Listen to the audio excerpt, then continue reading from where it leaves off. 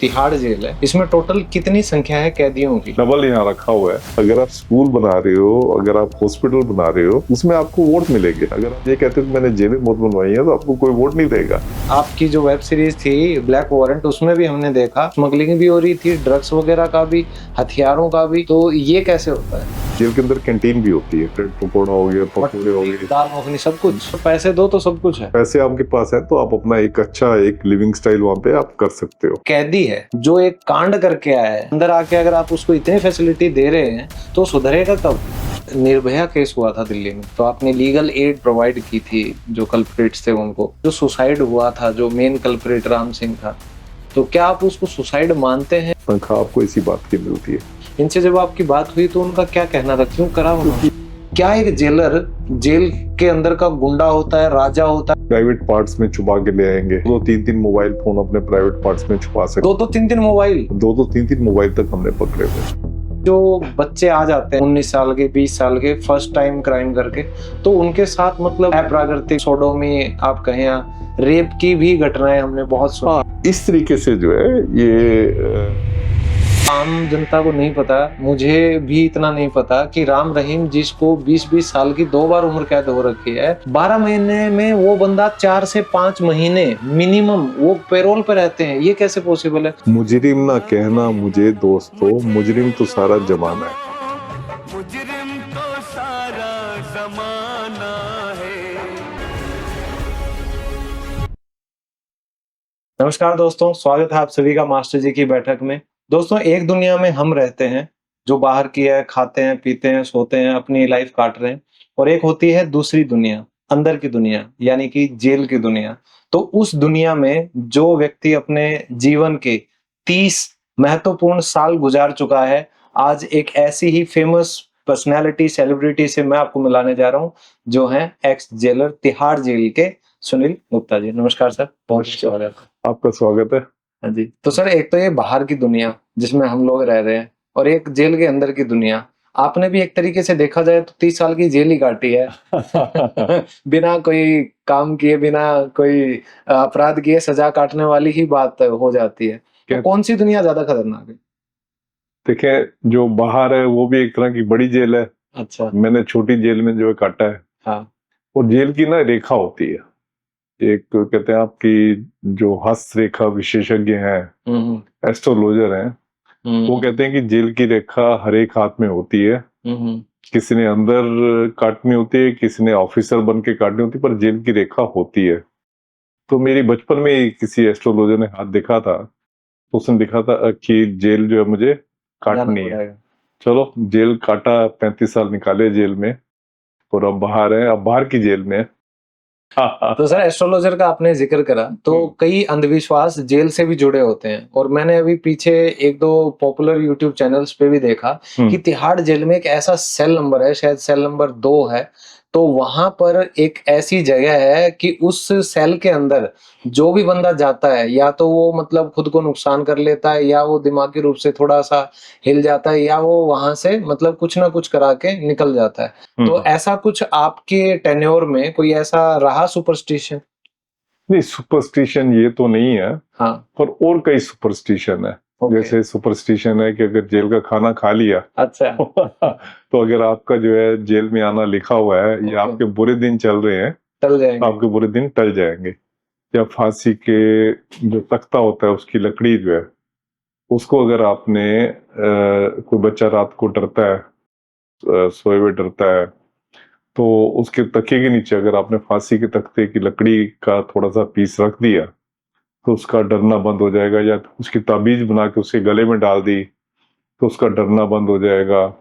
उसके अलावा जेल की मिट्टी, जेल का पानी, काफी सारे सुपरस्टिशन है जो लाल किताब वगैरह में लिखे हुए हैं। आपने कभी पढ़ा ये लाल किताब, या किसी बड़े लीडर या नेता ने आपको आके कुछ ऐसा सुपरस्टिशन से रिलेटेड चीज कही हो कि भाई हमको भी रोटी दे दे? क्योंकि आजकल नेताओं के तो हर दूसरे नेता के केस चल रहे हैं। नहीं, खाली नेताओं की बात नहीं है, जो पढ़े लिखे लोग हैं, हाईली एजुकेटेड लोग हैं, हाईली प्लेस्ड लोग हैं, वो भी जेल की रोटी वगैरह ये मांगते रहते हैं। तो लाल किताब मैंने देखी है, लाल किताब मैंने देखी है, और जो एस्ट्रोलॉजी का जो फील्ड है उसमें उसको काफी रिस्पेक्ट के साथ जो देखा जाता है। मैं हैरान था। ठीक है। तो आपको क्या लगता था? मैंने आपकी जो वेब सीरीज है नेटफ्लिक्स पे ब्लैक वारंट, वो भी मैंने देखा, तो उसमें आप अपने पड़ोसियों को भर भर के टिफिन घर से ले जाके जेल से देते थे उन्हें, हाँ। वो सुपरस्टिशन का हिस्सा था? वो सारा सुपरस्टिशन, देखो भर भर के टिफिन नहीं होता, क्या है कि एक रोटी और दाल वगैरह उनको ला के दे दी, ओके। तो हालांकि ऑफिशियली ये अलाउड नहीं है, ये सब चीज अनऑफिशियली है। ऑफिशियली भी हमने क्या किया था कि इसकी डिमांड काफी ज्यादा थी, ठीक है। लोग बहुत कहते थे कि जेल की रोटी वगैरह जो है हाँ, खाने के लिए, तो हमने फिर क्या किया था, एक रेस्टोरेंट खोल दिया था। ओके। ये 2013-14 की बात है, 12-13 की बात है। हमने जेल के बाहर एक रेस्टोरेंट खोल दिया था जिसको कि कैदी चलाते थे। कैदी खाना बनाते थे, खाना बना के वो वहीं पे सर्व करते थे, और जो बड़ा पॉपुलर रेस्टोरेंट वो बन गया था जेल रोड के ऊपर। उसमें बहुत सारे लोग आते थे, अपनी फोटो वगैरह खिंचवाते थे, कैदियों के साथ फोटो खिंचवाते थे, खाना खाते हुए फोटो खिंचवाते थे।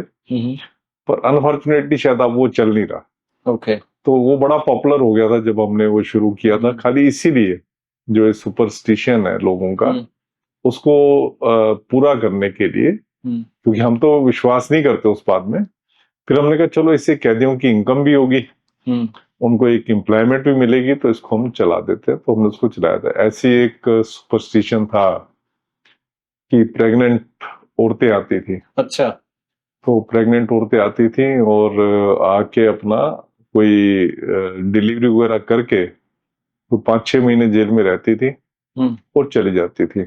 मतलब सिर्फ वो डिलीवरी होने के चक्कर में वो कुछ ऐसे काम करती थी, हाँ, कि उनको जेल में रखना पड़ा? बिल्कुल बिल्कुल। डिलीवरी के चक्कर में जनरली क्या करती थी, वो झुग्गी झोपड़ी वाली जो औरतें होती हैं, ठीक है। वो एक्साइज एक्ट वगैरह का केस अपने ऊपर बनवाती थी। एक्साइज एक्ट में क्या होता है कि अगर शराब की बोतलें हैं, अगर आपने जितनी प्रिस्क्राइब लिमिट है शराब की बोतल रखने की घर में, उससे ज्यादा रख ली तो आपके ऊपर एक्साइज एक्ट का केस बन जाता है। वैसे अगर आम जनता को पता ना चल जाए तो कितनी बोतल रख सकते हैं घर पे? शायद ये टाइम टू टाइम चेंज होता रहता है, शायद ये 3 बोतल का है। 3 बोतल आप रख सकते 3 बोतल आप रख सकते हो, उससे ज्यादा अगर होता है तो एक्साइज एक्ट वगैरह का केस बन जाता है। ठीक है। ये डिपेंड करता है कि सरकार की क्या रेगुलेशन है। तो वो ज्यादा बोतल रख के पुलिस को इन्फॉर्म कर देती थी खुद ही कि ऐसे ऐसे हमारे यहाँ शराब की वो रखी हुई है, आके हमारे को कर दो, अरेस्ट कर लो। शायद उसके लिए और भी कोई फेवर करती होंगी, तो पुलिस वाले उनको अरेस्ट कर लेते थे। बेलेबल केस है वैसे, पर वो अपनी बेल नहीं करवाती थी जब तक डिलीवरी ना हो जाए। जब तक डिलीवरी ना आ जाओ। और डिलीवरी क्यों करवाती थी कि उनको एक भ्रांति थी कि जेल के अंदर जो पैदा होगा बच्चा वो लड़का होगा। अच्छा। वो कहते हैं भगवान कृष्ण भी जेल में पैदा हुए थे और कितने ख्याति प्राप्त चमत्कारी हुए। तो उनको ये होता था जेल में जो पैदा होगा, एक तो लड़का पैदा होगा और दूसरा जो भी होगा चमत्कारी वो एक अच्छे भविष्य की तरफ जो है वो जाएगा। कि ये जो तिहाड़ जेल है, इसमें टोटल कितनी संख्या है कैदियों की? देखिए तिहाड़ जेल में अगर आज की बात मैं करूं, आज की डेट में वहां पे 16 जेलें, 16 जेलों में अप्रोक्सीमेटली 10,000 लोगों की रखने की क्षमता है, पर उसके खिलाफ 20,000 से ज्यादा लोग जो है वहां जेल में हैं। अब क्या है कि कुछ जेलें तो इतनी ज्यादा ओवर क्राउडेड है, उनमें 3-3 गुना 4-4 गुना जो है प्रिजनर है। कुछ जेलें ऐसी हैं जिसमें थोड़ी सी ओवर क्राउडिंग है, कुछ जेलें हैं जिनमें ओवर क्राउडिंग नहीं है। जैसे फीमेल जेल है, फीमेल जेल में इतनी ओवर क्राउडिंग नहीं है। फीमेल की 2 जेलें हैं। ओवर क्राउडिंग की जो है अगर आप समस्या देखें, जो पूरा हिंदुस्तान है, हिंदुस्तान में ओवर क्राउडिंग 117% है। अच्छा। जहाँ 100 आदमी रखने चाहिए वहाँ 117% रखे, मतलब 17% ज्यादा है। ये तो फिर भी सुनने में थोड़ा जायज सा लग रहा है, ऐसा लगता है। लेकिन कई डॉक्यूमेंट्रीज जो हम बीबीसी जो कि ऑथेंटिक डॉक्यूमेंट्रीज देखते हैं, वहां कई बार तो ये पाया गया है कि एक जेल जहाँ पे सिर्फ 5 या 10 आदमी सो सकते हैं, वहां 100 आदमी सुलाए जा रहे हैं जेलों में। हाँ देखिए, वो तो इम्पॉसिबल सा होता है, पर यहाँ पे 10 की जगह 20 लोगों को रखा हुआ है, मतलब एक तरह का डबल यहाँ रखा हुआ है। देखिए क्या होता था, जो पुरानी जेलें, जो अंग्रेजों के टाइम पे जेलें होती थी, उसमें क्या होता था, ओपन स्पेस का, जैसे तिहाड़ जो बनी हुई है उसमें ओपन स्पेस काफी है। अगर आपकी ओवर क्राउडिंग होती है तो आप ओपन स्पेस को कवर करके आप उसको जो ओवर क्राउडिंग को इस्तेमाल कर सकते हो, ताकि ओवर क्राउडिंग इतनी ज्यादा ना हो। पर आजकल जो जेलें बन रही है तिहाड़ के अलावा, जो और जो तिहाड़ जेल में भी जेल नंबर 8-9 जो है वो डबल स्टोरी जेल है, वो बाकी जो जेलें हैं वो डबल स्टोरी है, मंडोली की जेलें डबल स्टोरी है, तो उसमें आपके पास इतनी गुंजाइश नहीं होती प्रिजनर्स को रखने की, उसकी वजह से ओवर क्राउडिंग। और जब वहां थोड़ी सी ओवर क्राउडिंग बढ़ती है तो काफी कुछ वहां स्पेस की क्रंच हो जाता है, स्पेस की कमी हो जाती है। बाकी तिहाड़ में तो जैसे तैसे करके इसको हम यूज कर लेते हैं। जैसे आपको मैं बताऊं, इमरजेंसी में यहाँ पे करीब करीब आप लगाएं कि हमारी उस टाइम पे 1200 प्रिजनर रखने की क्षमता थी, तो उसके अगेंस्ट करीब करीब 3,500-4 हजार प्रिजनर जो है जेल में थे। तब तो एक ही जेल होती थी, ठीक है। तिहाड़ जेल। 3-4 हजार प्रिजनर जो उसमें रखे हुए थे, तो उस टाइम तो उसमें समा गए थे। पर अगर ये मल्टी स्टोरी जेल होती तो उसमें समाना बड़ा मुश्किल होता। कैदियों को जिस तरीके से खाना मिलता है वो हमने फिल्मों में देखा है कि वो बड़े सी कढ़ाई में ऐसे करके दाल ऐसे पानी वाले और ऐसे मतलब रोटियां फेंकना, है ना, कुछ इस तरीके का होता है। तो क्या यही रियल सर्विंग होती है जो फिल्मों में देखते हैं लाइन में लग के, या कुछ अलग है जो आप सर्व खाना जो होता है बड़े बड़े ड्रम्स होते हैं, ड्रम्स में डाल के किचन से वो हर एक वार्ड में जाता है खाना। मतलब जेल के अंदर वार्ड्स होते हैं, प्रिजनर्स लाइन लगा के खड़े होते हैं, वार्ड्स में जाके खाना बांटा जाता है। सब बड़े ऑर्डरली वे में लेते हैं। खाने में सब्जी होती है, दाल होती है और चपाती या चावल ये होता है। तो ज्यादातर प्रिजनर जो होते हैं, क्योंकि 6 बजे भूख नहीं लगती उनको, खाना लेके रख लेते हैं और फिर जब गिनती बंद हो जाती है 8 बजे के आसपास, तो तब बैठ के सारे मिलके अपना खाते हैं। जैसे अपने अपने ग्रुप होते हैं, अपने अपने दोस्त तैयार हो जाते हैं, हाँ।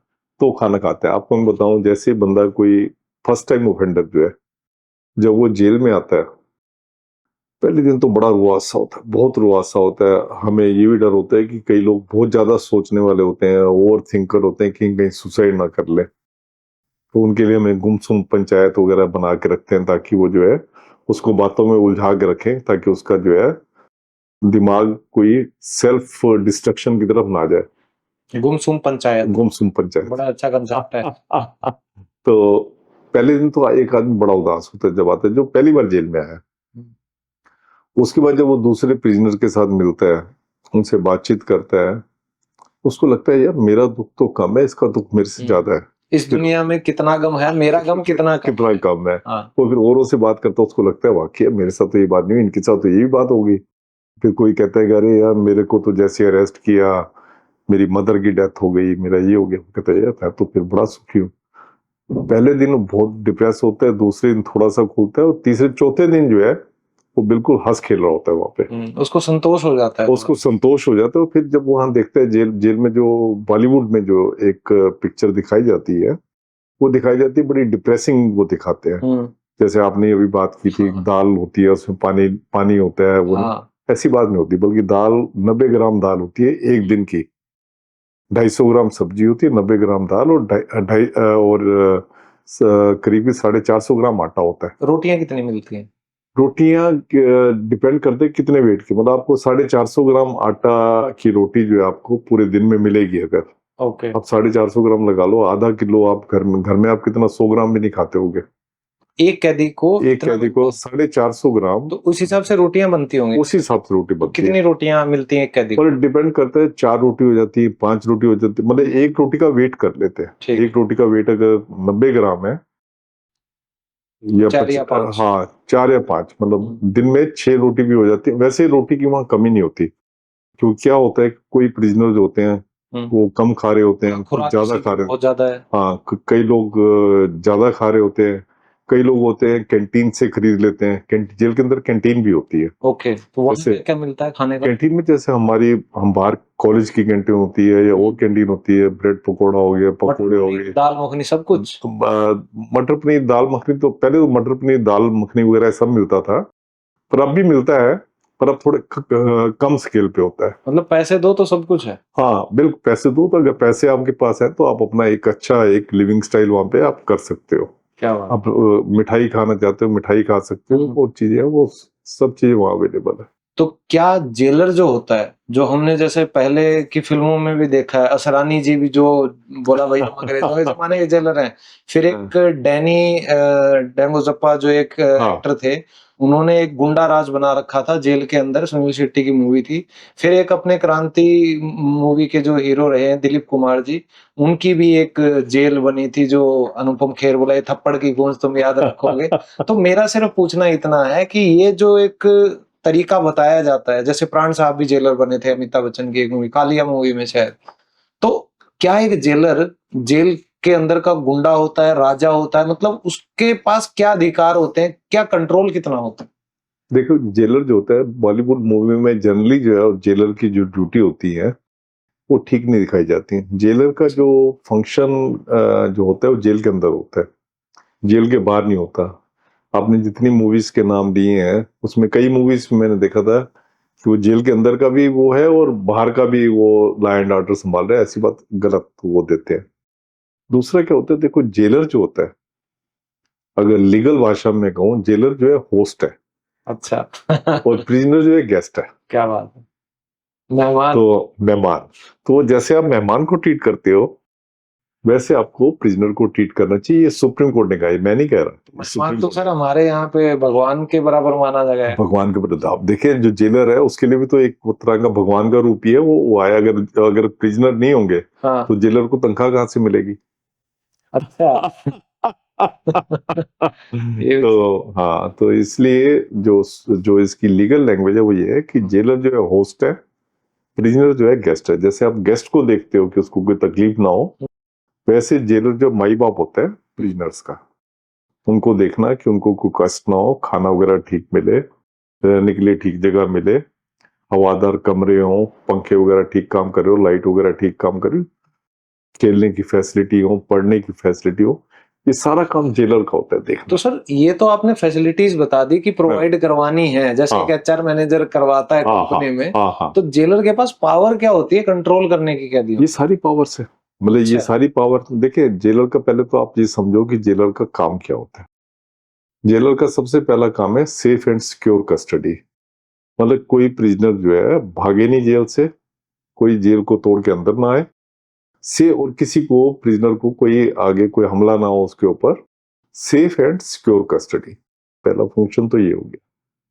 दूसरा फंक्शन होता है कि आपने उसको जो एक मिनिमम स्टैंडर्ड फैसिलिटीज होती है, मतलब एक मिडिल क्लास का लगा लो, मिडिल क्लास फैमिली जिस तरीके से रहती है उस तरीके से उसको खाना वगैरह देना, पानी देना, ये होता है।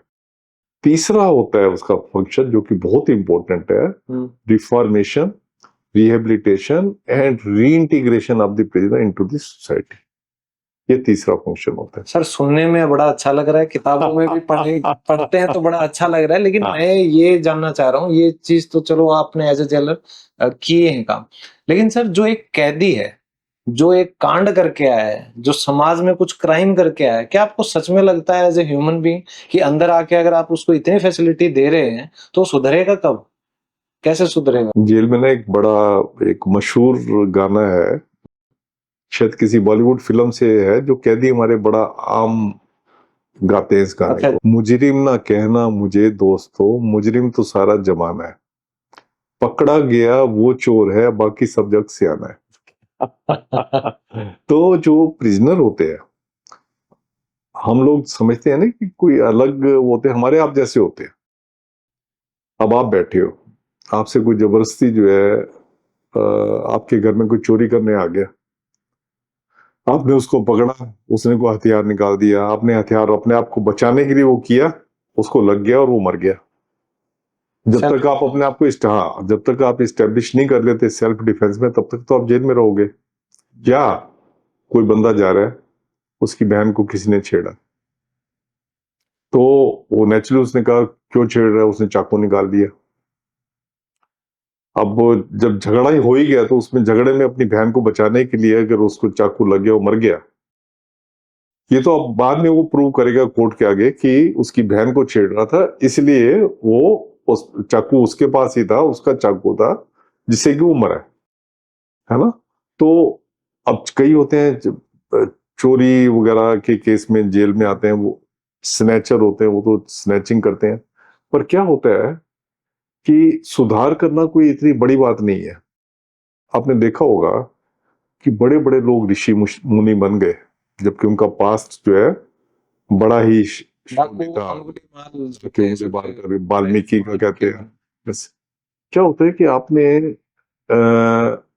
उनको मेडिटेशन करवा दी, आपने उनको काउंसलिंग करवा दी, आपने उनको जो है कोई ऐसी बात बता दी जिससे उनको पता लगा यार लाइफ तो ये है।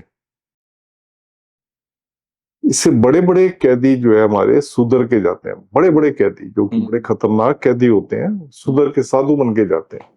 तो बड़े बड़े कैदियों से मुझे याद आया कि ये जो गैंग्स ऑपरेट होते हैं, आपकी जो वेब सीरीज थी ब्लैक वारंट, उसमें भी हमने देखा कि 2 गैंग चल रहे थे पैरेलल, उनमें गैंग वॉर भी थी जेल के अंदर ही। तो आपने ये भी दिखाया उसमें कि स्मगलिंग भी हो रही थी, ड्रग्स वगैरह का भी, हथियारों का भी। और आजकल तो टेक्नोलॉजी इतनी ज्यादा आ गई है कि फोन से, मतलब तिहाड़ जेल से बड़े बड़े गैंग ऑपरेट हो रहे हैं। तो ये कैसे होता है? अगर आपको टीचर जो चीज कहते थे ना, ये नहीं करनी, बात नहीं करनी आप, तो आप बात जरूर करोगे है ना। तो ऐसे ही ये कैदी होते हैं, इनको आपने मना किया है कि आपने बीड़ी सिगरेट अंदर जेल के अंदर नहीं पीनी, ये कोशिश करेंगे बीड़ी सिगरेट अंदर ले जाने की। आपको इनको पता है मोबाइल अंदर नहीं जाना, फिर भी ये कोशिश करेंगे, या अपने किसी साथी को कहेंगे कृपया पैसा दे के इसको अंदर भिजवाओ। वो साथी पुलिस में ही होते हैं ना? साथी पुलिस में हो सकते हैं, मतलब ये ऐसे मोडस ऑपरेंडी है। उसके अलावा क्या होता है कि प्राइवेट पार्ट्स में छुपा के ले आएंगे। अच्छा।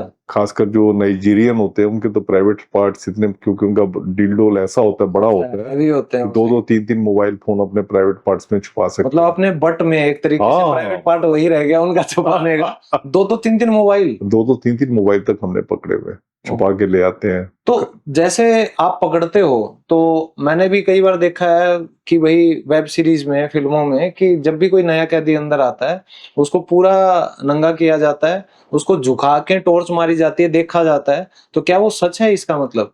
नहीं, ये आपने जो प्रिजनर जेल में आएगा उसकी सर्च आप अच्छे तरीके से लोगे, ठीक है, अच्छे तरीके में वो चीज भी आ जाती है। मतलब कपड़े तो उतारने पड़ेंगे? हाँ, अच्छे तरीके से, मतलब आप हाथ लगा के देख लो या कपड़े उतार के देख लो, जैसे भी आपका है, पर एक ह्यूमन डिग्निटी जो है उसको मेंटेन रखना। मैंने जैसे बताया 82% प्रिजनर जो है वो अंडर ट्रायल्स है, तो कोर्ट में आपके खिलाफ कंप्लेंट कर सकते हैं। जरा सी कोई बात होती है तो दिल्ली में तो वैसे भी फैशन है कि जरा सी कोई बात आपने किसी जाति की नहीं तो आपके खिलाफ कोर्ट में जो एप्लीकेशन लगा देगा।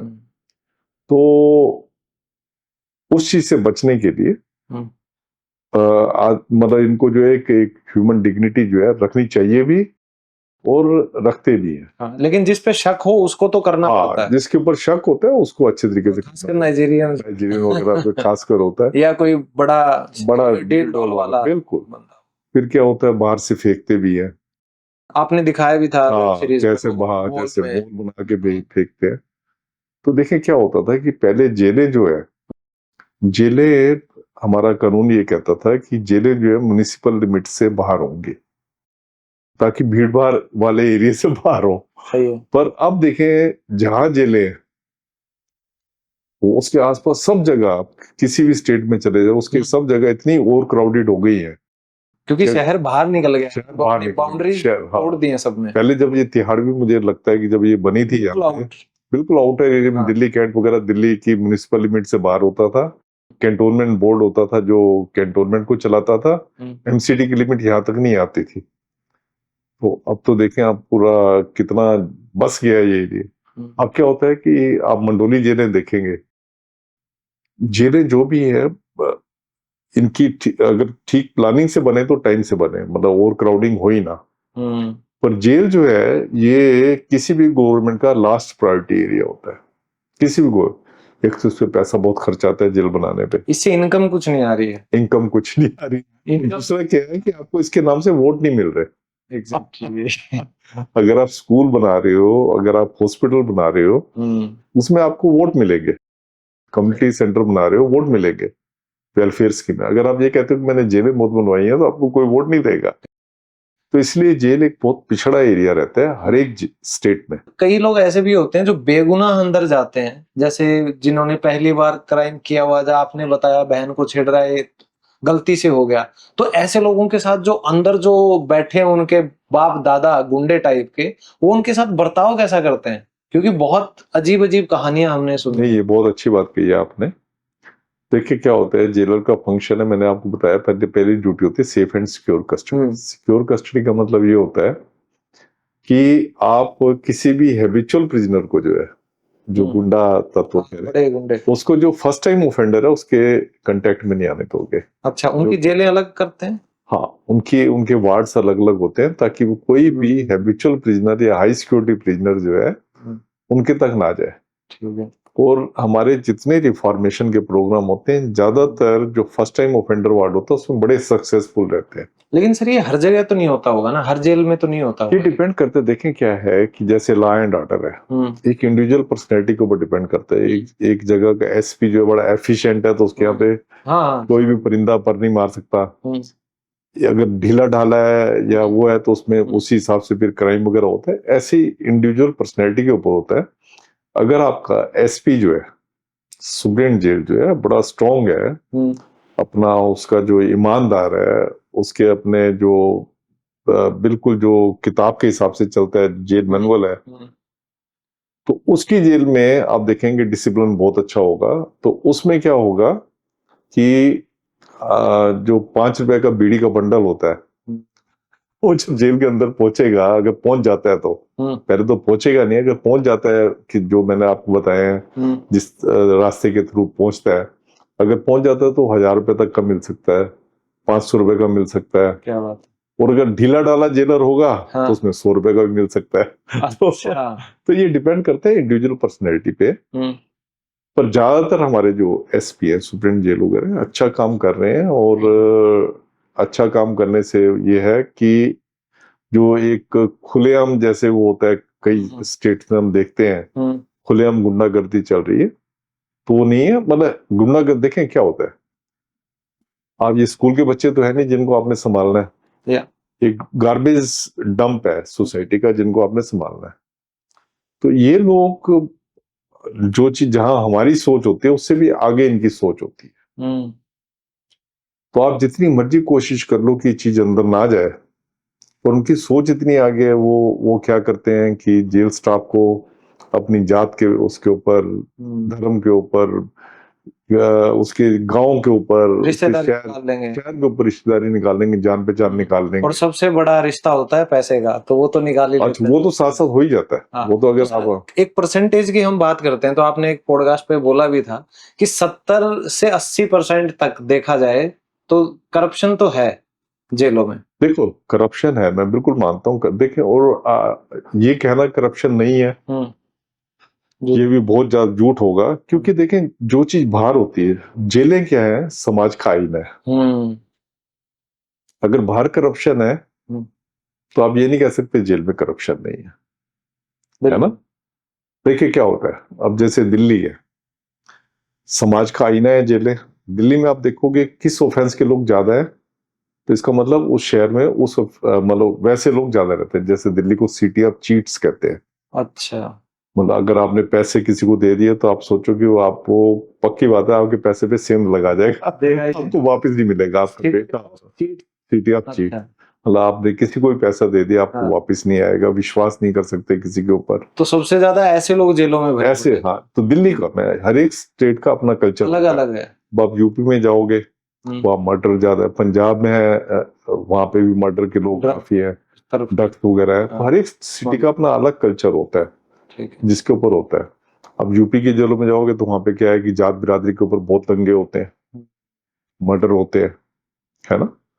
तो दिल्ली में जो ज्यादातर क्राइम होता है वो है रुपए पैसे से कंसर्निंग, काफी ज्यादा, मतलब सबसे ज्यादा क्राइम मैं कहूंगा। ठीक है। तो ये वाला मर्डर है, कन्विक्शन मर्डर में सबसे ज्यादा है, तो कन्विक्ट मर्डर में सबसे ज्यादा होंगे, पर कन्विक्शन रेट भी यहाँ बहुत कम है दिल्ली की। ठीक ठीक। अगर आप देखें तो मेरे ख्याल ऑफिशियल जो फिगर है 22-24% के करीब होगी। इसका मतलब आप जैसे कह रहे हो कि इनोसेंट भी जेल में आया था।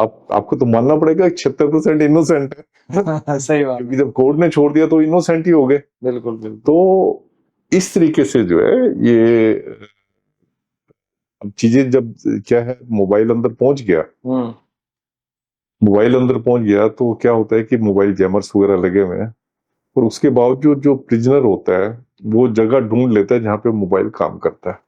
ओके, हर जेल में मोबाइल जैमर्स होते हैं? हर जेल में सुप्रीम कोर्ट का ऑर्डर है, और हर एक जेल में वैसे भी एडमिनिस्ट्रेटिवली भी एमएचए ने भी ऑर्डर किए हुए हैं कि हर एक जेल में मोबाइल जैमर्स होंगे। पर उसके बावजूद तो जो कर्मचारी या जेलर हैं वो कैसे ऑपरेट करते हैं मोबाइल? अरे सबसे ज्यादा कर्मचारी उस जेलर की तो बात ही करो, उनको तो है, उनके जो आसपास की लोकेलिटी के लोग होते हैं वो बड़े परेशान होते हैं। मैं जैसे रहता हूँ जहाँ पे, तो मेरी लोकेलिटी में इस जेल की वजह से सिग्नल भी नहीं आते। पूरे जनकपुरी में ये सिग्नल का वो है। इसलिए आप देखो आशीष सूदी जब यहाँ पे इन्होंने, मुझे लगता है इन्होंने जानबूझ के अपना जेल मंत्रालय लिया है, क्योंकि इन्होंने जो जनकपुरी के लोग थे उनको प्रॉमिस किया था कि तिहाड़ जेल को यहाँ से हटवा देंगे। अच्छा। इसलिए उन्होंने एक कमेटी वगैरह बनवाई है जो कि ये देख रही है कि तिहाड़ को कैसे जो है शिफ्ट किया जा सकता है बाहरी दिल्ली में या और जगह जहाँ पे इतनी कंजेशन नहीं है। बिल्कुल। तो सर अभी इनोसेंट की बात कर रहे थे हम, तो इनोसेंट बच्चा आ जाता है तो फिर से मैं कोट करूंगा कई फिल्मों को, वेब सीरीज को भी, और कई वेब सीरीज आजकल ऐसी भी बन रही हैं जो ट्रू स्टोरीज पे से इंस्पायर हैं, जैसे आपकी भी कहानी है। तो वहां हम ये भी देखते हैं कि जो बच्चे आ जाते हैं, मतलब थोड़े से एडल्ट होते ही हैं वो, 19 साल के 20 साल के, फर्स्ट टाइम क्राइम करके, तो उनके साथ मतलब क्या कहूँ, अप्राकृतिक, मतलब उनके साथ सोडोमी आप कहें या रेप की भी घटनाएं हमने बहुत सुनी। हाँ, ऐसा देखें क्या होता है, ये फिर डिपेंड करता है कि आपका जेलर कैसा है। मैं अगर पुरानी बात करूं तो पुरानी तो आप देखेंगे हिस्ट्री ऐसी है कि जिसमें पूरी हमारी कोशिश होने के बावजूद भी जो सोडोमी है, अननेचुरल ऑफेंस है, ये बहुत थे। मुझे याद है किरण बेदी जी आईजी बन के आई थी, उन दिनों में हिंदुस्तान में एड्स वगैरह काफी फैल रही थी, HIV वगैरह काफी ये फैल कौन रही से थी। सन की बात है? मैं आपको बताऊंगा 93-94 की बात। मेरे किरण ख्याल बेदी से जी हाँ, उसके हाँ, सुधार गृह उसकी IG थी।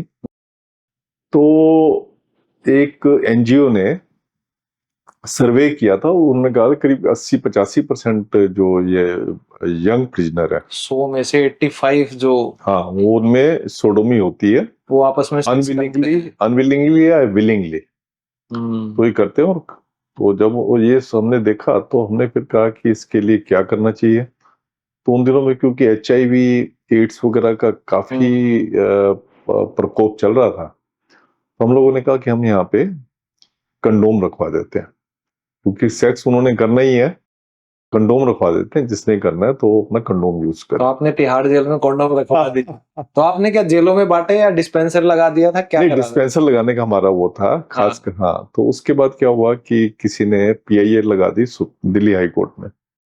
तो दिल्ली हाई कोर्ट ने, जनकराज जय थे, काफी सीनियर एडवोकेट थे, उन्होंने जब PIL लगाई तो उनकी PIL के ऊपर कोर्ट ने जो है, हाई कोर्ट ने स्टे कर दिया, मतलब कंडोम आप नहीं करोगे। उनका ये कहना था कि अगर हम कंडोम इनमें बांटते हैं तो उसमें इसका मतलब ये है कि हम उसको जो है एक्सेप्ट कर रहे हैं और हम मान रहे हैं और इसको हम बढ़ावा दे रहे हैं। तो उसके अलावा मैं आपको बताऊं, ये तो मैं आप 93-94 की बात कर रहे हैं, 82-83 में एक संजय सूरी करके, संजय सूरी वर्सेस दिल्ली एडमिनिस्ट्रेशन करके सुप्रीम कोर्ट का केस था। उसमें डिस्ट्रिक्ट सेशन जज ने जो है दिल्ली का इंस्पेक्शन किया था। उसने जो अपनी रिपोर्ट दी, उसने बताया कि इनका यौन शोषण होता है। पहली बात तो ये कि यौन शोषण बड़ी आम चीज है। दूसरा, उसने बताया कि जो हैबिचुअल प्रिजनर है वो नए प्रिजनर्स का, खासकर जो छोटी उम्र के प्रिजनर्स होते हैं, उनका यौन शोषण करते हैं। यही तो मैं आपसे पूछ रहा था कि कोई नया बच्चा आता है जो तो नए बच्चे होते हैं, दादा गुंडे होते हैं, वो वो करते हैं। छोड़ते नहीं है। हाँ, तो ये जब उन्होंने ये वाली वो फाइंडिंग दी सेशन जज ने, तो उस टाइम पे सुप्रीम कोर्ट ने बहुत सारे प्रिजनर्स को जो है बेल ग्रांट कर दी थी, जिनका यौन शोषण जो हुआ था।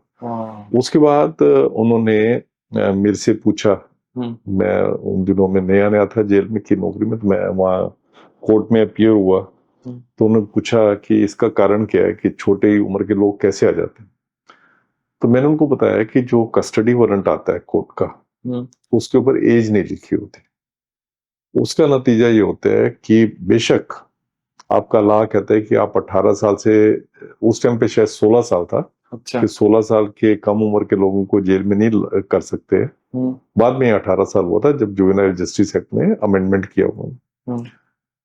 पर पुलिस जो है हर एक की जो है उम्र 16 या 18 साल लिख के जेल में भेज देती है, और जज साहब भी उसके ऊपर आंख बंद करके साइन कर देते हैं। उसके बाद जो है सुप्रीम कोर्ट ने डायरेक्शन दी कि एज जो है हर एक जो जिसको भी जेल में भेज रहे हैं, जज साहब जब साइन करेंगे वो देखेंगे कि प्राइमा फेसी जो है ये लगता है 18 साल से ऊपर है, तभी उसको जेल भेजेंगे। अगर 18 साल से नीचे है तो बच्चों की जो जेल होती है, जुवेनाइल होम जो होते हैं, उसमें भेजेंगे। तो उसके बाद फिर ये काफी सुधार हुआ। फिर ऐसे प्रिजनर छोटी उम्र के होते थे, इनका आना बंद हुआ। पर अभी भी जो जेलर जो है उसकी ये बहुत बड़ी ड्यूटी है कि अगर उसको लगता है कि कोई छोटी उम्र का बच्चा जेल में आ गया, तो उसकी ड्यूटी है कि उसको एक्सेप्ट नहीं करेगा, और अगर एक्सेप्ट कर भी लिया, अगर पुलिस वाले लेके आ गए हैं तो एक्सेप्ट कर भी लिया, तो उसको अलग सेल में रखेगा, वो फौरन कोर्ट को बताएगा कि इसकी उम्र जो है 18 साल से कम है, इसलिए आप इसको जो है किसी और जगह ट्रांसफर करो।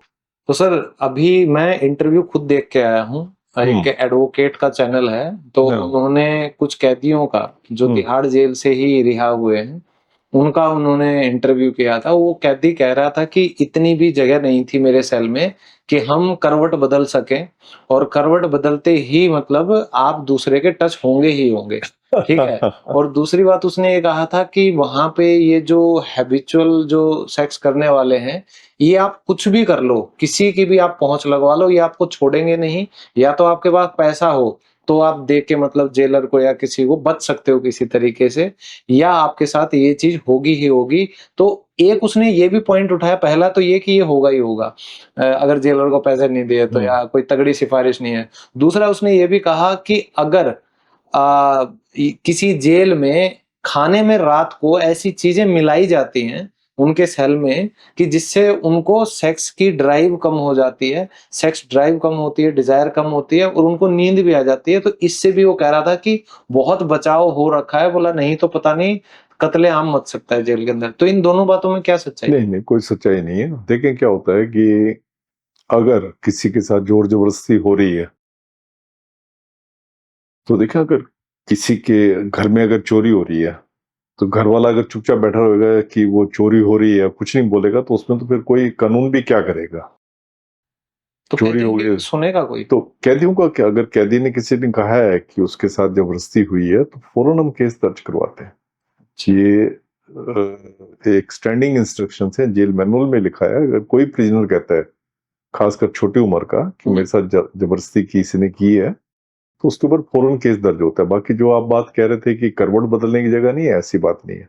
अच्छा। आप देखो हर एक जेल पे जो है एक डिस्ट्रिक्ट जज रैंक का ऑफिसर होता है जो विजिट करता है, विजिट करके अपनी एक रिपोर्ट देता है। अपनी उस रिपोर्ट में वो बताता है कि जेल में डिसिप्लिन ठीक था, खाना ठीक था, जेल में जो प्रिजनर्स को रखा हुआ था उन्होंने कोई शिकायत नहीं की, अगर शिकायत की है तो ये शिकायत की, और उस शिकायत के ऊपर फौरन हम एक्शन लेके इवन हाई कोर्ट को भी बताते हैं। और जो डिस्ट्रिक्ट जज की रिपोर्ट होती है वो हाई कोर्ट के पास भी जाती है। लेकिन सर एक बात और भी है, दिल्ली की जेल तो यही है ना, तिहाड़ जेल। इनके अलावा भी क्या जेल है जो क्राइम बढ़ता जा रहा है, जो केस इतने पेंडिंग है, तो कैदी तो आएंगे, उनको तो आप रोक नहीं सकते ना इन फ्लो को।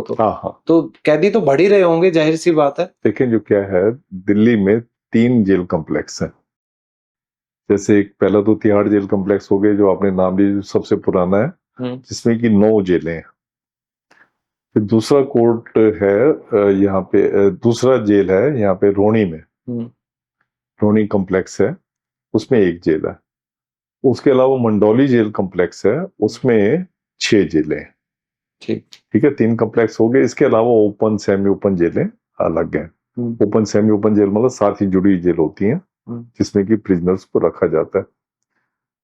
तो इस सारी जेलों का जो इंचार्ज होता है वो डायरेक्टर जनरल प्रिजन होता है, जो कि यहाँ पे तिहाड़ कॉम्प्लेक्स में हेडक्वार्टर है, प्रिजन हेडक्वार्टर है, उसमें बैठता है। तो उसको सारा देखना होता है कि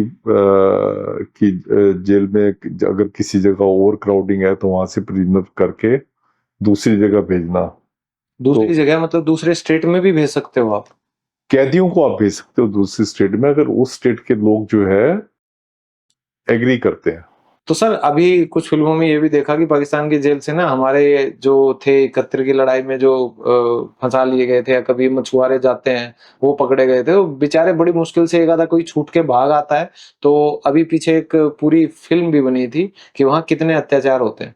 लेकिन जो जेल से छूटना है, जो जेल से भागना है, वो कितना आसान है इंडिया की जेल में, और आपके टेन्योर में भी मतलब ब्रेकआउट्स हुए हैं। तो उसके बारे में आप क्या कहेंगे, क्यों भागते हैं ये कैदी? देखें, जेलों में जेलों से जेल के अंदर अगर आप हो तो भागना कोई इतनी आसान बात नहीं होती है। लेकिन सबसे बड़ा कैदी जो आपके टेन्योर में भागा था, चार्ल्स शोवराज भागा, या ये भागना, देखें और जगह अगर आप स्टेट्स में जाओ, मैंने आपको बताया दिल्ली जो है सिटी ऑफ चीट्स कहते हैं। ठीक है। तो यहाँ पे जैसे चार्ल्स शोवराज भागा, मिठाई में उसने या जो खाने की चीजें थी उसमें उसने लारपोस करके एक वो होती दवाई होती है नशे की दवाई, वो मिला दी थी। आपने नहीं खाई वो मिठाई? तो देखो अगर मौका मिला तो खाएंगे। उस समय नहीं खाई आपने? मैं था ही नहीं, ड्यूटी पे नहीं था। ओके। तो ऐसे ही अब ये शेर सिंह राणा नकली पुलिस वाला बन के आया, ये भी चीटिंग है। हाँ, शेर सिंह राणा का भी बड़ा नकली पुलिस वाला बन के आया, तो उसने किया ऐसी टनल एस्केप में प्रिजनर भागे, 1976 की बात है। तो ये सब चीजें होती रहती, इतना आसान नहीं होता। पर ये इसमें आप और स्टेट्स में जाएंगे ना, जैसे नेक्सलाइट स्टेट्स हैं, झारखंड हो गया, छत्तीसगढ़ हो गया, वहां पे क्या होता था कि 100-150 लोग गए इकट्ठे और जाके उन्होंने जेल के ऊपर हमला किया, और जो अपने नेक्सलाइट्स हैं 100 नेक्सलाइट 150 नेक्सलाइट लेके भाग गए। ऐसे पंजाब में भी कई बार हुआ था जब आतंकवाद यहाँ था, तो जेलों से निकाल के भाग गए थे। तो तिहाड़ में वो वाली चीज नहीं हो सकती, क्योंकि तिहाड़ में काफी सारी पैरामिलिट्री फोर्सेस हैं जो लगी हुई हैं जेल की सिक्योरिटी के लिए, जो कि ट्रेंड है ऐसे कामों में। ओके। और जगह क्या है कि अब तो सब जगह पैरामिलिट्री फोर्सेस लगा दी हैं, पर जहां पे पैरामिलिट्री फोर्सेस नहीं है तो भागना आप कह सकते हैं आसान है या मुश्किल है, जो भी है, पर कोई भागना नहीं चाहता। अच्छा, तो जेलों से कैदी भागना नहीं चाहते? मैं आपको ये बताऊं कि अगर तिहाड़ जेल के सारे दरवाजे आप खोल दो, सारे गेट खोल दो, आपको जिसने भागना भाग जाओ। ठीक है। 90% 95% मैं प्रिजनर बता रहा हूं आपको नहीं भागेंगे, 95%। और हर कोई जाना चाहता है कि हर कोई जाना चाहता है अपने लीगली कागज बनवा के। कोई भी नहीं जाना चाहता कि उसको भगोड़ा घोषित किया जाए, या उसको लोग मतलब उसके सिर पे हमेशा देखें, हर एक बार सिर पे एक खतरा तो मंडराता रहता है ना। बिल्कुल बिल्कुल, पुलिस तो आएगी पीछे। हाँ, पुलिस आएगी पीछे, आपकी फैमिली भी बर्बाद होगी, फैमिली भी बदनाम होगी। तो ये होगा। चार्ल्स शोवराज जब भागा था तो उस टाइम पर उसने ड्रग्स वगैरह जितने इंपॉर्टेंट पॉइंट्स थे सबको उसने ड्रग दे दी थी। तो उससे क्या हुआ, जेल के दरवाजे बिल्कुल खुले पड़े थे। सर ये तो वही काम हो गया जो भगवान श्री कृष्ण वाला काम कर दिया। सब सो जाते हैं, सब सो जाते हैं और जेल के दरवाजे खोलो और चले जाओ। चले। तो उस टाइम पे देखो सब कैदियों को पता था, जेल नंबर 3 थी, सब कैदियों को पता था कि जेल के दरवाजे खुलने पड़े हैं, भागना है भाग जाओ। इसमें आपको मजेदार, मैं आपको एक किस्सा बताता हूँ कि जब शोभराज ने ये खिलाया अपना बर्थडे मनाने के बहाने, उसने जो जो भी मिठाई वगैरह खिलाई या फ्रूट्स वगैरह खिलाए जिसमें ये नशे की दवाई मिली हुई थी, तो उसमें करीब 13 लोग भागे थे। अच्छा। तो जो असली जो क्रिमिनल थे जो इसके साथ भागे थे वो 6 या 7 थे। हम्म। पांच तक कह सकते हैं। हम्म। राजू भटनागर था, ब्रिजमोहन था, लक्ष्मी नारायण था, ऐसे करके 4 या 5 असली क्रिमिनल थे। बाकी प्रिजनर तो जो होते हैं ना, जो सफाई वगैरह करने, जैसे जहाँ पे जोड़ी जहाँ से गेट को से खोल के भागा था वो, उन बेचारों ने भी कैदी जो सफाई वगैरह करते हैं, पानी वगैरह पिलाते हैं, चाय पिलाते हैं लोगों को, वो भी थे। उनको भी खिलाया तो उन्होंने भी खा लिया। उन्होंने जब देखा कि ये दरवाजे खुले पड़े हैं, वो भाग गए। 4-5 लोग ऐसे थे जो भाग गए बाहर। ठीक है। भाग गए तो उसके बाद क्या हुआ कि उस टाइम पे कोई टीवी चैनल्स वगैरह नहीं होते थे, दूरदर्शन होता था। और दूरदर्शन पे ये छुट्टी वाला दिन था, इतवार, 16 मार्च जो है इतवार थी, तो फिल्म चल रही थी। तो मैं भी अपने घर बैठा, मैं दूर रहता था इधर पीतमपुरा में, मैं बैठा फिल्म देख रहा था। अचानक फिल्म को बीच में रोक के उसने कहा, ब्रेकिंग न्यूज जैसे आजकल होती है ना, ऐसे ब्रेकिंग न्यूज है कि चार्ल्स सोबरा तिहाड़ जेल से भाग गया है, उसके साथ 12 लोग और हैं, और ये नाम है और ये फोटो है। जब ये देखा, अच्छा, तो मैं जो आपको बता रहा था, ये तो उस टाइम का सीन, मतलब कितना भयानक सीन था। बार बार ये फ्लैश हो रहा था कि ये लोग भाग गए। तो जो 4-5 लोग थे जो जोड़ी में काम करने वाले कैदी होते हैं, उन्होंने कहा वो भी भाग गए। जब बाहर गए तो उनका नशा उतरा, रात को जाके नशा उतरा। उन्होंने देखा कि उनके घर वालों ने कहा कि अबे तुम जेल से भाग के आया, तेरी तो फोटो आ रही है उसमें टीवी के ऊपर, भाग यहां से, जा अपना वापस जेल पे जाओ। शाम को 4 के करीब प्रिजनर तो वापस ही आ गए थे। अच्छा, वापस आ गए 4 हाँ, वो नशे में बेचारे भाग गए थे। ठीक ठीक। तो जो मैं बात आपको कह रहा हूँ कि अगर आप जेल के पूरे गेट खोल भी दो तो 90 से 95% लोग जो है नहीं भागेंगे। सर, एक निर्भया केस हुआ था दिल्ली में, उसमें आप बहुत क्लोजली एसोसिएट रहे हो कहीं ना कहीं, तो आपने लीगल एड शायद प्रोवाइड की थी उन जो केस में जो कल्प्रिट्स थे उनको। तो सर, ये जो जेल के अंदर जो सुसाइड हुआ था, जो मेन कल्प्रिट राम सिंह था, तो क्या आप उसको सुसाइड मानते हैं या आपको लगता है कि उसको मारा गया था पब्लिक सेंटिमेंट्स को जस्टिफाई करने के लिए? देखिए, मैंने जो निर्भया वाला केस है, अलग ही सेंटीमेंट देखे थे पूरी दिल्ली के। ऐसे मैंने सेंटीमेंट देखे थे जब रंगा बिला नाम के वो थे, रेपिस्ट। हाँ, उन्होंने कोई 77-78 में उन्होंने जो है वो जब वो किया था, रेपिस्ट और मर्डर किया था गीता चोपड़ा, संजय चोपड़ा का, उस टाइम पे मैंने ऐसा पब्लिक सेंटिमेंट देखे थे जो कि खिलाफ थे, पुलिस के खिलाफ, सरकार के वेव आई थी सरकार के खिलाफ। ऐसे ही मैंने निर्भया केस में देखा कि एकदम वेव आई सरकार के खिलाफ। अब जेलर का काम जो होता है, जेलर का काम होता है हर एक को सिक्योरिटी देना, चाहे गंदे से गंदा कैदी क्यों ना हो, बड़े से बड़ा टेररिस्ट क्यों ना हो, बड़े से बड़ा रेपिस्ट क्यों ना हो, ये हमारा धर्म है। जेलर का धर्म है सेफ एंड सिक्योर कस्टडी, धर्म है, इसी के पैसे मिलते हैं आपको, तनख्वाह आपको इसी बात की मिलती है।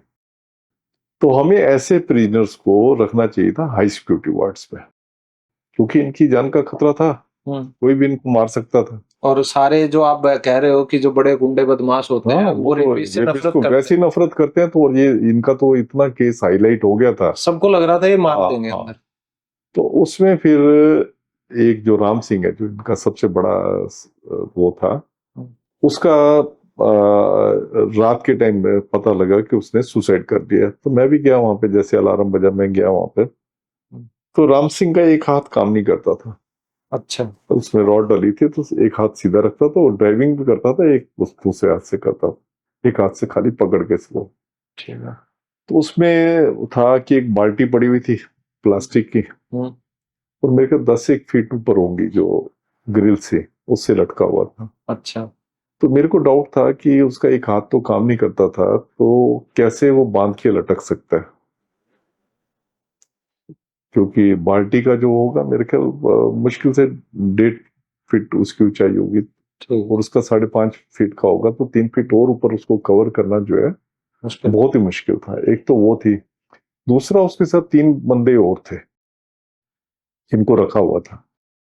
जेल में कभी भी सेल में आप 1 को रखोगे, 3 को रखोगे, 4 को रखोगे, 5 को रखोगे, पर सेल में कभी भी आप 2 बंदों को नहीं रखते, क्योंकि अच्छा, जहां आपने 2 बंदों को रखते हैं वहां मिस्चीफ हुई ओके, 2 बंदे प्लानिंग बना के कुछ ना कुछ भी मिस्चीफ कर सकते हैं। ठीक है। इसलिए जेल में एक अनरिटन रूल है कि आपने 1 रखना है या 3 रखने हैं, क्योंकि अगर उसमें 2 लोग प्लानिंग बना भी रहे होते हैं, तीसरा जो है बता देगा आपको आके हाँ, कि ऐसे ऐसे ये लोग प्लानिंग बना रहे प्लानिंग हैं। कर रहे हैं, ठीक। तो इसलिए 1, 3, 4 है।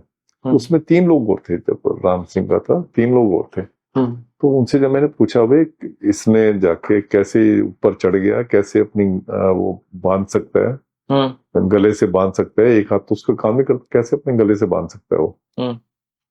कहते हमें तो नींद आ रही थी जी। अच्छा, तो ये बड़ा इम्प्रोबेबल होता है, सेल आपका सही जितना जैसे कमरा है इतना साइज होता है, तो आप 4 आदमी हो उसमें और एक आदमी उठ के बाहर अपने आप को लगा रहा है, तो कैसे ये हो सकता है? तो उसमें समझ गया कि ये कुछ इसमें किया fishy गया है। हाँ। तो उसके बाद जब एसडीएम की उसमें जांच हुई, तो उसमें आ गया उसके विसरा में अल्कोहल था। अल्कोहल कैसे आया? अल्कोहल कैसे है? इससे पता लगता है कि उसको पहले किसी ने खिलाई गई और फिर उसको मारा गया। इनसे जब आपकी बात हुई तो उनका क्या कहना था, क्यों करा क्योंकि उन्होंने? ये ना देखिए, झुग्गी झोपड़ी कॉलोनी के थे, झुग्गी झोपड़ी के माहौल में रहते थे। झुग्गी झोपड़ी के माहौल में आपको पता ही है कैसा कैसा होता है, जब रात को शराब पी लेते हैं तो कुछ पता नहीं होता कि क्या हो रहा है वहां पे। तो मैंने जब राम सिंह से बात की थी, तो राम सिंह ने ये कहा, सर कि रविदास कॉलोनी में जहाँ रहता था वो कहता है, सर हमने शराब पी रखी थी, जब ये लोग आए बस में बैठे तो वो पीछे जो है, ये लड़का लड़की जो दोनों थे पीछे बैठे थे, तो उन्होंने मतलब आपस में एक दूसरे से जो है बेहूदगी कर रहे थे। तो कहते हैं उससे हमें जो, हमने शराब तो पी रखी थी, तो मतलब उससे लड़का लड़की आपस में आपत्तिजनक स्थिति में थे। आपत्तिजनक स्थिति में कहते बैठे थे। वो हो सकता है गलत, मैं उसकी बात को वो नहीं कह रहा। पूरी बस में क्या वही दोनों लड़का लड़की हाँ, बचे हुए लड़का थे? वो थे, बाकी या ये 4-5 लोग जो ये थे। हाँ, तो कहते हैं उससे हमने शराब तो पी रखी थी, तो उससे हमारा जो है ये गलती होगी। जो ये फांसी होती है या जो सजा मिलती है, ये सिर्फ गरीब को मिलती है या जिसने सच में ही कुछ बहुत बड़ा क्राइम कर रखा हो, जैसे आतंकवादी होते हैं? तो ऐसा क्यों कहा था? देखिए क्या होता है कि आप ज्यादातर जो देखेंगे ना, जो फांसी की सजा होती है, ये ज्यादातर आतंकवादियों को मैं नहीं कर रहा, ज्यादातर गरीब होते हैं, ज्यादातर गरीब होते हैं। अब अगर आपको मैं बताऊं, एक डॉक्टर जैन था, उसने अपनी वाइफ का मर्डर किया था, विद्या जैन का। तो उसने जो जिनको हायर किया था, हायर असैसिन जो थे, उनको उस टाइम पे 500 रुपए दिए थे। ये बात मैं 71-72 की कर रहा हूँ। 500 रुपए में उसने मर्डर करवाया था अपनी वाइफ का। तो अब वो ऐसे लोग थे जिनके लिए कोई वकील नहीं था, लीगल एड का वकील था, तो उसको आप लटका भी दोगे। डॉक्टर जैन तो छूट गए थे, अच्छा, उनको आपने लटका दिए। ऐसा ही निठारी कांड में हुआ है। ऐसे निठारी कांड में हुआ, आपने बिल्कुल ठीक कहा। निठारी कांड में देखो, उन्होंने वकील अच्छा कर लिया, तो वो अब छूटने वाले हैं जेल से, या छूट गए हैं, छूट गए हैं वो, बरी है कि हो नहीं? गए हैं। तो इसलिए आप देखेंगे फांसी की सजा ज्यादातर ऐसे लोगों को मिलती है जहां पे कि पब्लिक प्रेशर होता है, या गरीब। गरीब मतलब लोगों की नजरों में आ जाए। जेल में 85% पॉपुलेशन जो है वो गरीबों की है। गरीब आप उसको कहते हैं जिसकी की जो अ, साल की इनकम जो है 1 लाख रुपए से कम है। अच्छा, ये आपने एक नया इकोनॉमी, ये सरकार का इकोनॉमिक वो है।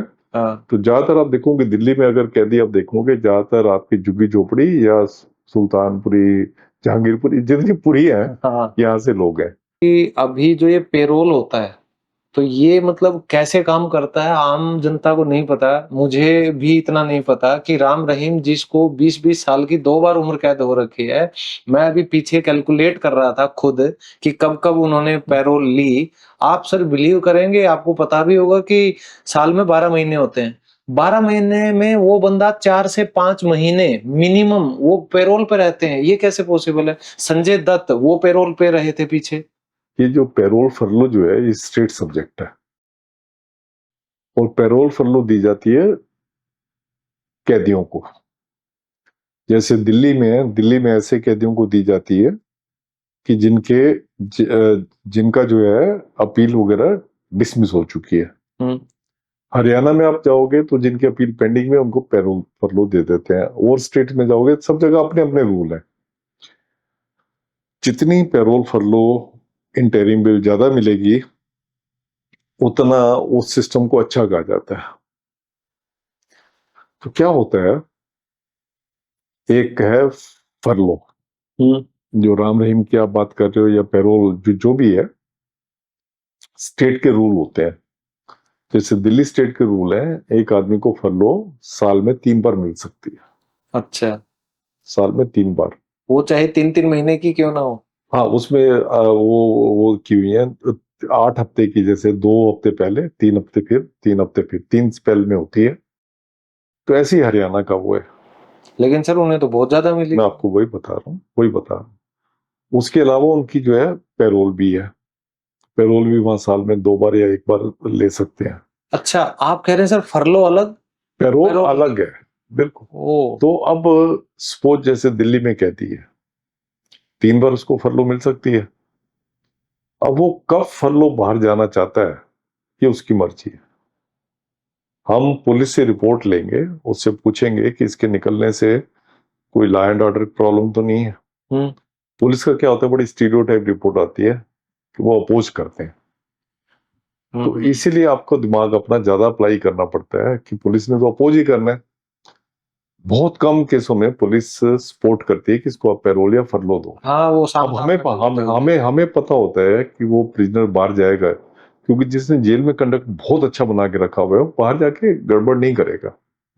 तो फिर हमें पुलिस की रिपोर्ट को इग्नोर करना पड़ता है, उसको फरलो वगैरह देनी पड़ती है। अच्छा, ये पावर आपके पास होती है। अब जैसे फरलो की पावर, पैरोल की पावर सरकार के पास है वहां पे। हमारे यहाँ तो जैसे फरलो की पावर जो दिल्ली में डीजी प्रिजन के पास है, वो पैरोल की पावर गवर्नमेंट के पास है। वहां पे ये वाली पावर जो है शायद डीएम के पास है या गवर्नमेंट के पास, जिसके पास भी हरियाणा में। तो उसमें जब एक प्रिजनर कह रहा है, वो सपोज इलेक्शन होने बार वो फरलो, ये बात सही कही सर आपने, वो फरलो लेना चाहता है, हाँ। उसमें जेल प्रशासन कुछ नहीं कर सकता। सर वो लेना नहीं चाहता, वो सरकार दिलाना चाहती है ताकि वोटों का रुझान हमारी तरफ। नहीं, सरकार दिलवाना चाहती है या वो लेना चाहती, मतलब ये उसके ऊपर है प्रिजनर के, क्योंकि एप्लीकेशन देगा। हाँ। जब भी फरलो के लिए जाना वो एप्लीकेशन देगा, एक फॉर्मेट उसका है। एप्लीकेशन देगा तो हम जेल सुप्रेंट उसमें पुलिस की रिपोर्ट मांगेगा और मांगेगा। तो पुलिस की रिपोर्ट मैंने जैसे बताया आपको गोलमोल है, बिल्कुल। तो उसमें फरलो जनरली मिल जाती है। मैं आपको बताऊं, दिल्ली में आधे कन्विक्ट होते हैं जो फरलो लेते ही नहीं, क्योंकि मैं नोडल ऑफिसर होता था फरलो का। वो कहते थे हम बाहर जाएंगे क्या करेंगे फिर, क्योंकि एक आदमी बाहर जाता है फिर वापस आना उसके लिए बड़ा मुश्किल होता है। एक सुकेश का नाम बड़े बार बार आता है, जैकलिन फर्नांडिस जी के कथित बॉयफ्रेंड 800 करोड़ का स्कैम करके वो आए। तो सर वो कैसे मिलते, जेल में कैसे मिलते थे, मतलब? नहीं देखो, जेल में जो इनमें पैरोल फरलो का तो इसमें कोई लेना देना नहीं है। बाकी एक कि जैसे आपने सुकेश चंद्रशेखर का कहा है कि उन्होंने पूरे सिस्टम को खरीद लिया था। अगर आप सिस्टम को ही खरीद लेंगे, अब आप पत्रकारिता कर रहे हैं, किसी ने आपको पैसे दे दे कि आपने पत्रकारिता इस तरीके से करनी है, जो कि आजकल हो रखा है, जो कि आजकल हो रहा है, तो आप फिर नेचुरली अगर वो पत्रकारिता थोड़ी कर रहे हैं तो आप दलाली कर रहे हैं। तो ऐसे ही वो अगर सिस्टम को ही आपने खरीद लिया। आपने कहा था कि एक सैलरी सुकेश देता था, हाँ, एक सैलरी सुकेश देता था। तो जब आपने सिस्टम को खरीद लिया तो आपकी बात मानेंगे, वो रूल की बात थोड़ी मानेंगे। उस चीज का उसने फायदा उठाया। तो ऐसे जो महिला मित्र या गर्लफ्रेंड हैं, मतलब जो वीआईपी जो कैदी होते हैं, उनसे आके मिल सकती हैं अकेले में? नहीं, वैसे नहीं मिल सकती अकेले में, रूल्स बिल्कुल इसके लिए मना करते हैं। पर सुकेश के केस में जैसे हम अखबारों में पढ़ रहे हैं, मैंने देखा तो नहीं है, अखबारों में पढ़ रहे हैं कि ऐसा हुआ है, तो ये बिल्कुल गलत हुआ, खरीद लिया गया सब, सिस्टम खरीद लिया। अफजल गुरु को जब फांसी हुई थी तो आपका एक बयान ये भी आया था एक पॉडकास्ट पे कि आप रोने लगे थे। नहीं तो क्या कोई ऐसी बात रोना नहीं होता। एक्चुअली क्या होता है, जब भी किसी को फांसी लगती है ना, मैं तो शुरू से ही फांसी के खिलाफ था। इसलिए खिलाफ था कि जनरली जैसे मैंने आपको बताया गरीब आदमी को लगती है, जो वकील वगैरह बड़ा कर लेता है, तो आपने खुद ही बताया निठारी वाला, वो लोग निकल जाते हैं। तो फांसी लगना जो है ना इटसेल्फ एक बड़ा दर्दनाक वो होता है। ये आपकी सेंसिटिविटी के ऊपर डिपेंड करता है कि आप कितने सेंसिटिव हो। तो मैं जरा ज्यादा सेंसिटिव था, बस ये बात है। तो थोड़े रोने लग गए आंसू। नहीं, क्राई तो करते ही करते हैं। जैसे तो पहली फांसी आपके टेन्योर में किसको लगी थी? बिल्ला रंगा को। उसमें भी आपने फिल्म ये अगर सीरीज देखी होगी तो आई वाज वोमिटिंग और ये कर रहा था, होता है। ये आपकी सेंसिटिविटी के ऊपर होता है। तो दोस्तों उम्मीद करता हूं कि आज की इस बैठक से आपको जिंदगी के हर पहलू के बारे में जानकारी मिली होगी। तो जेल के अंदर की जो एक फैंटेसी होती है कई लोगों को, युवाओं को खास कर कि कोई ना हम तो जेल चले जाएंगे, तो भाई इतनी हसीन भी जिंदगी नहीं है।